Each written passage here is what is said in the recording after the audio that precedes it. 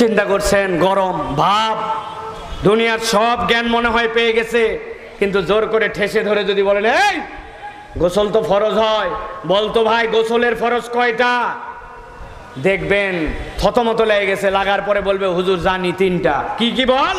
বলছে বদনা, লুঙ্গি আর গামছা।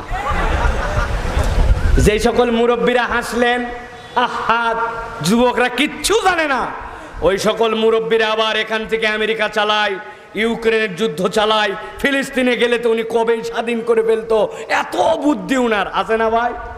চায়ের দোকানে ঝড় তোলে, কিন্তু মুরব্বীকে বলছে চাচা দাড়ি তো পেকে গেছে, নামাজের ভিতরে কয় ফরজ, বাহিরে কয় ফরজ, আর দোয়া ইউনুসের অর্থটা বলেন।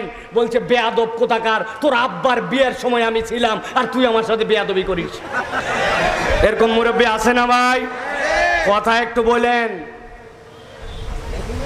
পুরা